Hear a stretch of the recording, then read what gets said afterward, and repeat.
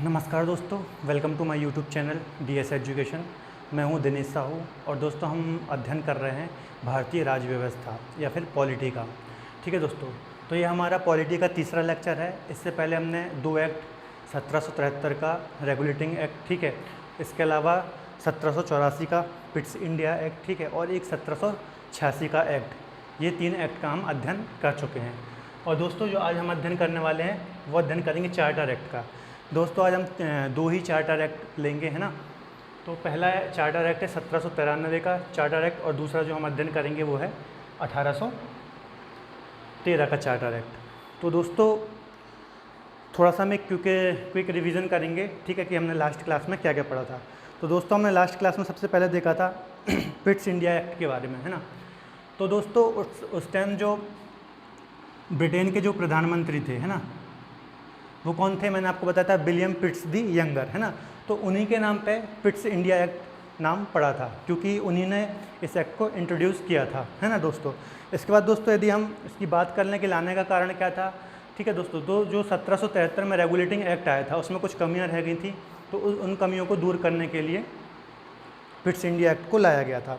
इसके बाद दोस्तों हमने इसके अंतर्गत पहला प्रावधान देखा था कि इसके अंतर्गत द्वैध शासन हमें देखने को मिला। द्वैध शासन यदि इंग्लिश में हम बोलेंगे ड्यूअल सिस्टम, है ना, ड्यूअल सिस्टम देखने को मिला था, जिसके अंतर्गत दोस्तों जो ईस्ट इंडिया कंपनी थी उसको दो भागों में या फिर दो बॉडी में डिवाइड किया गया था। एक थे बोर्ड ऑफ डायरेक्टर, ठीक है, जो कि व्यापारिक मामले देखते थे, और दूसरा था बोर्ड ऑफ कंट्रोलर, है ना, जो कि प्रशासनिक या फिर राजनीतिक मामले देखते थे। ठीक है दोस्तों, तो बोर्ड ऑफ डायरेक्टर जो थे, देखिए ईस्ट इंडिया कंपनी थी, एक थे बोर्ड ऑफ डायरेक्टर, एक थे बोर्ड ऑफ कंट्रोलर। जो बोर्ड ऑफ डायरेक्टर होते थे, ठीक है, ये व्यापारिक मामले देखते थे, ट्रेड अफेयर्स, है ना, और जो ये बोर्ड ऑफ कंट्रोलर से ये प्रशासनिक, है ना, या फिर एडमिनिस्ट्रेशन, है ना, तो ये प्रशासनिक मामले देखते थे। इसमें कंपनी के शेयर धारक होते थे, ठीक है, और इसमें 6 सदस्य होते थे जिसे क्राउन नॉमिनेट किया जाता था, ठीक, मतलब क्राउन नॉमिनेट करता था। तो इस प्रकार से हमें द्वैध शासन देखने को मिला, ड्यूअल सिस्टम देखने को मिला। इसके बाद दोस्तों पिट्स इंडिया एक्ट के अंतर्गत हमने दूसरा प्रावधान देखा था कि जो गवर्नर जनरल की परिषद हुआ करती थी, ठीक है, जिसमें 1773 के एक्ट के द्वारा 4 सदस्य हुआ करते थे, ठीक है। फिर 1784 के अंतर्गत एक्ट के अंतर्गत इसमें सदस्यों की संख्या 3 कर दी गई, एक सदस्य की कमी कर दी गई, ठीक है। इसके बाद दोस्तों अगला पॉइंट था इसके अंतर्गत कि जो कोलकाता था उस टाइम या बंगाल के अंतर्गत आता था, उसे राजधानी क्षेत्र घोषित किया गया, ठीक है, तो कलकत्ता को कैपिटल बनाया गया। इसके बाद दोस्तों इसके अंतर्गत जो अगला पॉइंट था वो था कि पहली बार, ठीक है, भारत को ब्रिटिश आधिपत्य क्षेत्र कहा गया, ठीक है, या फिर बोला जाए तो फर्स्ट टाइम टर्म यूज़ किया गया, ठीक है, ब्रिटिश पोजीशन इन इंडिया, ठीक है दोस्तों। तो ये हमारा था पिट्स इंडिया एक्ट 1784 का। इसके बाद दोस्तों हमने पढ़ा था 1786 का अधिनियम। तो दोस्तों इसके अंतर्गत हमने पढ़ा था कि इस एक्ट के अंतर्गत जो गवर्नर जनरल की शक्तियाँ थीं उसमें बहुत ज़्यादा इजाफा किया गया। तो दोस्तों इस टाइम जो गवर्नर जनरल थे वो थे लॉर्ड कॉर्नवालिस, और वो इसी शर्त के साथ भारत आए थे कि हमारी शक्तियों में बढ़ोतरी की जाए। तो इसके अंतर्गत जो पहला पॉइंट था वो ये था कि जो गवर्नर जनरल थे उन्हें प्रधान सेनापति बनाया गया है, ठीक है। जो दो सेनाएँ होती थी, नेवी जल सेना हुआ करती थी और थल सेना हुआ करती थी, तो गवर्नर जनरल को प्रधान सेनापति बनाया गया, फिर बोलें तो चीफ कमांडर बनाया गया, ठीक है। और दूसरा प्रावधान था दोस्तों कि जो गवर्नर जनरल था उसे ये शक्ति दी गई कि जो गवर्नर जनरल की परिषद हुआ करती थी जिसमें ये 3 सदस्य हुआ करते थे, ठीक है, तो परिषद के निर्णय रद्द करने की शक्ति गवर्नर जनरल को दी गई। तो दोस्तों इस एक्ट के अंतर्गत जो गवर्नर जनरल हुआ करते थे उसकी शक्तियों में बहुत ज़्यादा इजाफा किया गया। तो दोस्तों आज के टॉपिक में आते हैं। आज का टॉपिक है चार्टर एक्ट 1793। मैंने आपको दोस्तों लास्ट क्लास में बताया था कि हम चार चार्टर एक्ट पढ़ेंगे, है ना। एक है 1793 का, फिर 1713 का, फिर 1733 का और 1753 का। ये 4 चार्टर एक्ट आए, ठीक है, जिसमें से आज हम 1793 और 1713 ये 2 चार्टर एक्ट का अध्ययन करेंगे। तो दोस्तों जो चार्टर एक्ट है 1793 का, इसके प्रावधान हम देख लेते हैं। तो पहला दोस्तों इसके अंतर्गत प्रावधान है, ठीक है, जो एकाधिकार है 20 वर्षों के लिए बढ़ोतरी की गई। जो कंपनी के एकाधिकार थे उसमें 20 वर्षों के लिए बढ़ोतरी की गई। तो दोस्तों जब हमने रेगुलेटिंग एक्ट पढ़ा था 1773 का, जब दोस्तों हमने 1773 का रेगुलेटिंग एक्ट पढ़ा था, ठीक है, तब हमने बात की गई थी कि कंपनियों को 20 वर्षों के लिए, ठीक है, 2 प्रकार के एकाधिकार दिए गए थे, है ना, एकाधिकार दिए गए थे, एकाधिकार या फिर मोनोपोली दी गई थी कंपनी को। एक थे व्यापारिक एकाधिकार और एक थे प्रशासनिक या फिर राजनीतिक एकाधिकार, ठीक है। कंपनी को 20 वर्षों के लिए 2 प्रकार के एकाधिकार दिए गए थे। तो दोस्तों 1793 में ये 20 वर्ष खत्म हो चुके थे, ठीक है। तो इस एक्ट के द्वारा, ठीक है, कंपनी को पुनः 20 वर्षों के लिए उसके जो एकाधिकार थे, चाहे वो व्यापारिक हो, ठीक है, चाहे वो एडमिनिस्ट्रेटिव, मतलब चाहे ट्रेड हो चाहे एडमिनिस्ट्रेशन हो, ठीक है, दोनों में फिर से 20 वर्षों के लिए बढ़ोतरी कर दी गई, मतलब 1793 से लेकर 1813 तक। इसके बाद दोस्तों दूसरा पॉइंट है, कंपनी के सदस्यों व कर्मचारियों को वेतन भारतीय राजस्व से दिया जाने लगा। तो दोस्तों अभी तक क्या हो रहा था, जो कंपनी के अधिकारी हुआ करते थे या फिर कर्मचारी हुआ करते थे, उनका जो वेतन होता था वह ब्रिटिश राजस्व से दिया जाता था, ठीक है। इसके पहले जो ब्रिटिश राजस्व होता था उससे इनके वेतन आदि वेतन भत्ते दिए जाते थे, लेकिन इस एक्ट के बाद से दोस्तों, ठीक है, जो भारतीय राजस्व था, ठीक है, उससे इनका वेतन दिया जाने लगा। इसके बाद दोस्तों तीसरा पॉइंट है, सुप्रीम कोर्ट के क्षेत्राधिकार में वृद्धि की गई।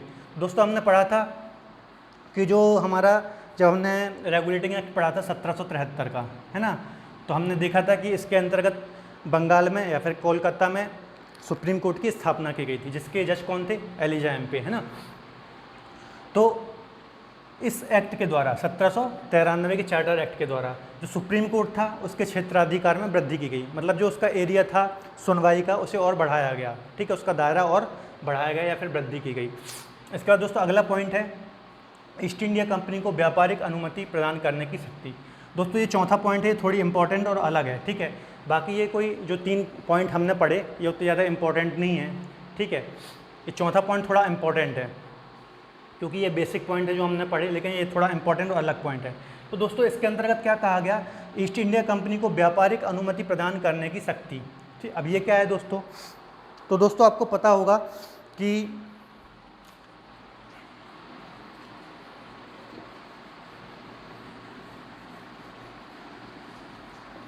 तो दोस्तों ये क्या था कि ईस्ट इंडिया कंपनी को व्यापारिक अनुमति प्रदान करने की शक्ति दी गई। तो आपको पता होगा कि ईस्ट इंडिया कंपनी भारत में रूल कर रही थी, ठीक है, जो ब्रिटेन से अधिकार पत्र लेकर आई थी। अब इस एक्ट के द्वारा कंपनी को ये शक्ति दी गई, यदि ब्रिटेन से या फिर और कोई कंपनी हो, ठीक है, या फिर और कोई कहीं और की कंपनी यहाँ पे व्यापार करना चाहती है भारत में, ठीक है, तो ईस्ट इंडिया कंपनी को यह अधिकार है कि वह उस कंपनी को यहाँ पे व्यापार करने का अधिकार दे, ठीक है। तो कंपनी को यह अधिकार दिया गया कि और कोई कंपनी यदि चाहे तो भारत में व्यापार कर सकती है, लेकिन ईस्ट इंडिया कंपनी की परमिशन से, ठीक है दोस्तों। इस पॉइंट का ये मतलब है। तो दोस्तों इसके अंतर्गत 4 ही प्रावधान थे, ठीक है, इसलिए उतने ज़्यादा पॉइंट है नहीं इसमें। इसके बाद जो 1813 और 1833 का चार्टर एक्ट है ये काफ़ी इंपॉर्टेंट है। तो अब हम चलेंगे 1813 की चार्टर एक्ट में। तो दोस्तों इसके अंतर्गत पहला पॉइंट है, ठीक है, जो उस टाइम गवर्नर जनरल थे वो कौन थे, मिंटो प्रथम, ठीक है दोस्तों। और इसका जो पहला प्रावधान है दोस्तों क्या है, कंपनी के व्यापारिक एकाधिकारों में कमी, ठीक है, तथा प्रशासनिक एकाधिकारों में मतलब सेम। तो इसका मतलब क्या है दोस्तों, देखिए हमने अभी पढ़ा था कि जो एकाधिकार थे कंपनी के पास 2 टाइप के एकाधिकार थे, इसको हम अच्छे से पढ़ लेते हैं, ठीक है।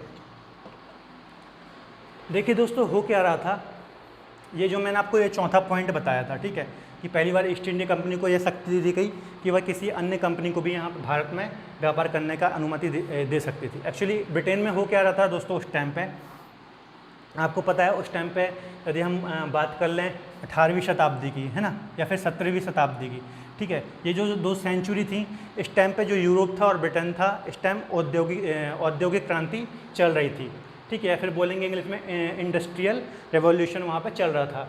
तो दोस्तों ब्रिटेन में क्या हो रहा था, ब्रिटेन या फिर पूरे यूरोप में, ठीक है, पूरे यूरोप में क्या हो रहा था कि बहुत बड़ी मात्रा में नई नई मशीनें आ रही थी, ठीक है, नई नई मशीनें आ रही थी, ठीक है, बड़े बड़े उद्योग लग रहे थे, ठीक है, तथा कई नई नई बड़ी बड़ी कंपनियां आ रही थी, ठीक है दोस्तों। तो दोस्तों ये जो बड़ी बड़ी कंपनियां थीं, इन्हें एक बड़े मार्केट की तलाश थी, ठीक है। और उस टाइम जो हमारा इंडिया था या फिर पूर्वी देश थे, पूर्वी एशिया के जो भी देश थे, ठीक है, ये व्यापार के लिए बहुत ही महत्वपूर्ण थे व्यापार की दृष्टि से, जहाँ पर ईस्ट इंडिया कंपनी रूल कर रही थी, ठीक है दोस्तों। तो दोस्तों ये जो कंपनी थी ये भी काफ़ी बड़ी बड़ी कंपनियां थीं। ये जैसे ईस्ट इंडिया कंपनी है उन्हीं के समतुल्य बोला जाए तो वैसे ही कंपनियां थीं ये, ठीक है। तो इन कंपनियों ने ब्रिटिश संसद, जो ब्रिटिश संसद हुआ करती थी, उस पर दबाव बनाना शुरू कर दिया कि हमें भी भारत में या फिर पूर्वी जो एशिया के देश हैं जहाँ पर ब्रिटिश साम्राज्य स्थापित था, तो हमें वहाँ पर व्यापार करने की अनुमति दी जाए, ठीक है। ये कंपनियाँ हैं ABC, ये ब्रिटिश संसद पर दबाव बनाने लगी, ठीक है। इस पॉइंट की हम बात कर रहे हैं, ठीक है दोस्तों। तो जो ब्रिटिश संसद थी, ठीक है, उन्होंने भी इनकी बात को माना, क्योंकि दोस्तों इनसे क्या, संसद को भी टैक्स मिलता, मतलब जो ब्रिटेन गवर्नमेंट थी उनको टैक्स मिलता, तो उनका ही फ़ायदा था। तो उन्होंने इन कंपनियों की बात मानी और पहली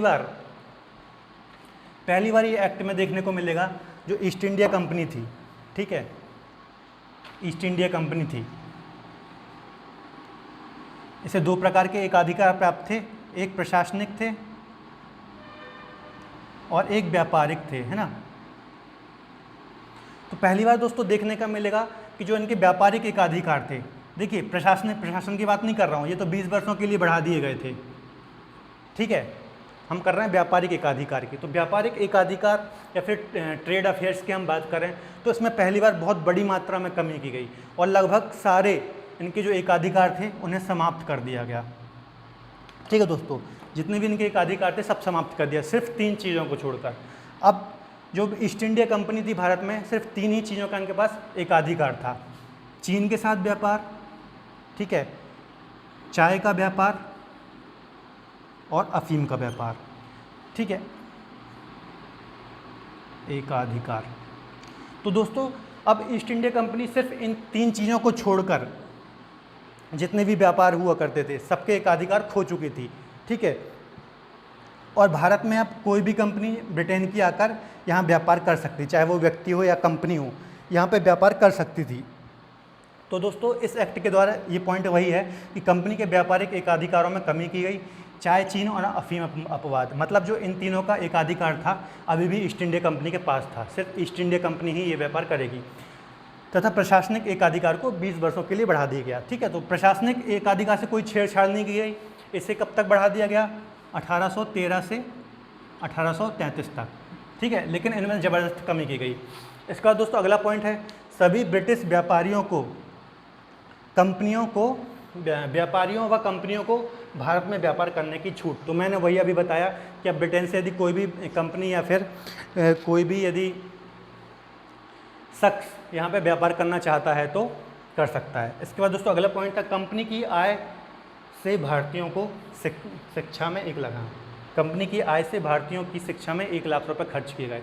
तो दोस्तों पहली बार देखने को मिला कि जो ब्रिटिश ईस्ट इंडिया कंपनी थी, ठीक है, उन्होंने जो भारत में भारतीयों के लिए शिक्षा में, एजुकेशन में पहली बार 1 लाख रुपए खर्च किया। तो ऐसा क्या हो गया दोस्तों, ऐसी क्या उनको हमसे मतलब हमदर्दी हो गई, मतलब भारतीयों से, कि 1 लाख रुपए खर्च कर दिया भारत में, 1 लाख रुपए वो भी एजुकेशन में खर्च कर दिया। तो दोस्तों मैंने अभी आपको बताया कि बड़ी मात्रा में ब्रिटेन से भारत कंपनी आ रही थी, ठीक है, बहुत बड़ी मात्रा में आई थी। तो इन कंपनियों को अब यहाँ व्यापार कर रही थी, तो इन्हें व्यापार करने के लिए बड़े बड़े अधिकारियों की ज़रूरत थी, ठीक है, कर्मचारियों की ज़रूरत थी जो पढ़े लिखे हों, एजुकेटेड हो, है ना। तो दोस्तों अब यदि ये ब्रिटेन से अधिकारी कर्मचारी बुलाते तो उनको बहुत ज़्यादा उनको पैसा चुकाना पड़ता, है ना, क्योंकि वो ज़्यादा चार्ज करते, है ना। और एक दिक्कत ये भी थी, क्लाइमेट की दिक्कत भी थी, ठीक है, इन्हें यहाँ का क्लाइमेट जमता नहीं था, बहुत ज़्यादा गर्मी वगैरह होती है यहाँ पे, है ना।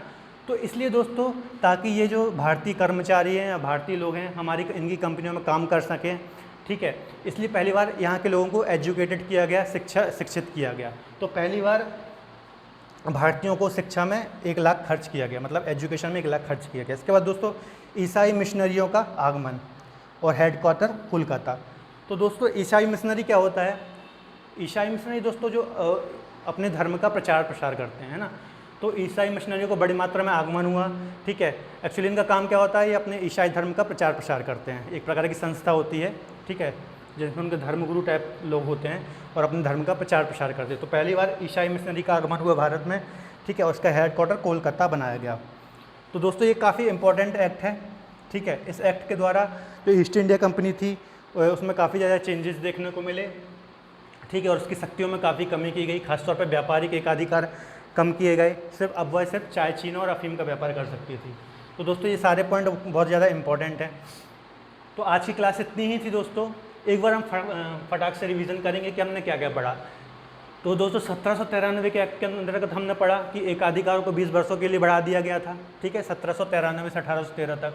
इसके बाद कंपनी के सदस्यों और कर्मचारियों को भारतीय राजस्व से वेतन दिया जाने लगा, जो कि पहले ब्रिटिश राजस्व से मिलता था।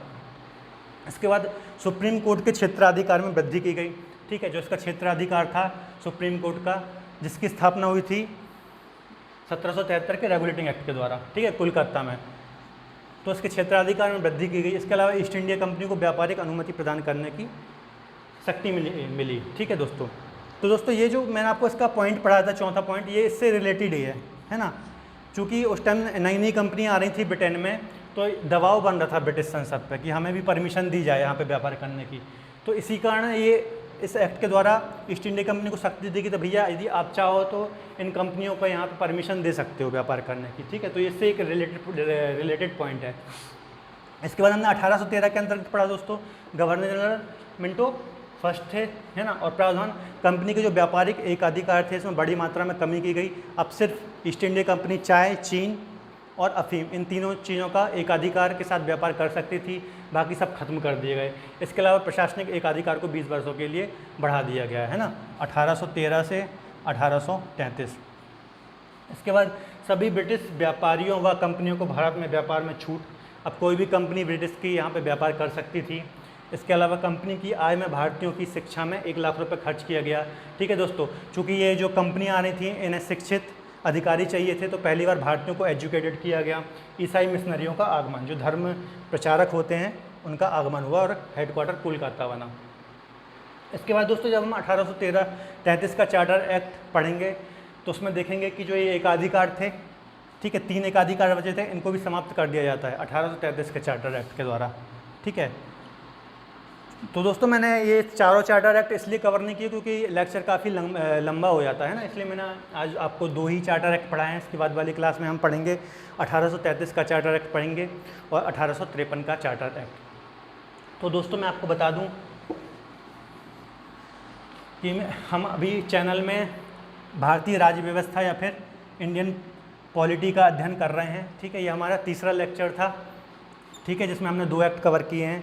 तो दोस्तों हम भारतीय राज्य व्यवस्था जो पढ़ रहे हैं या फिर पॉलिटी का अध्ययन कर रहे हैं, इसे हम पूरा कंप्लीट करेंगे एक एक पॉइंट के साथ। और मैं आपको बता दूं हम यूपीएससी, एसएससी, रेलवे, ठीक है, या फिर स्टेट पीएससी का कोई भी एग्ज़ाम हो, ठीक है, और जो भी लोकल एग्ज़ाम होते हैं, सब इंस्पेक्टर, टीचर वगैरह, है ना, तो हर एक की दृष्टि से हम यहाँ पे अध्ययन कर रहे हैं। ऐसा नहीं है कि कोई पर्टिकुलर एग्ज़ाम की मैं यहाँ प्रिपरेशन करा रहा हूँ।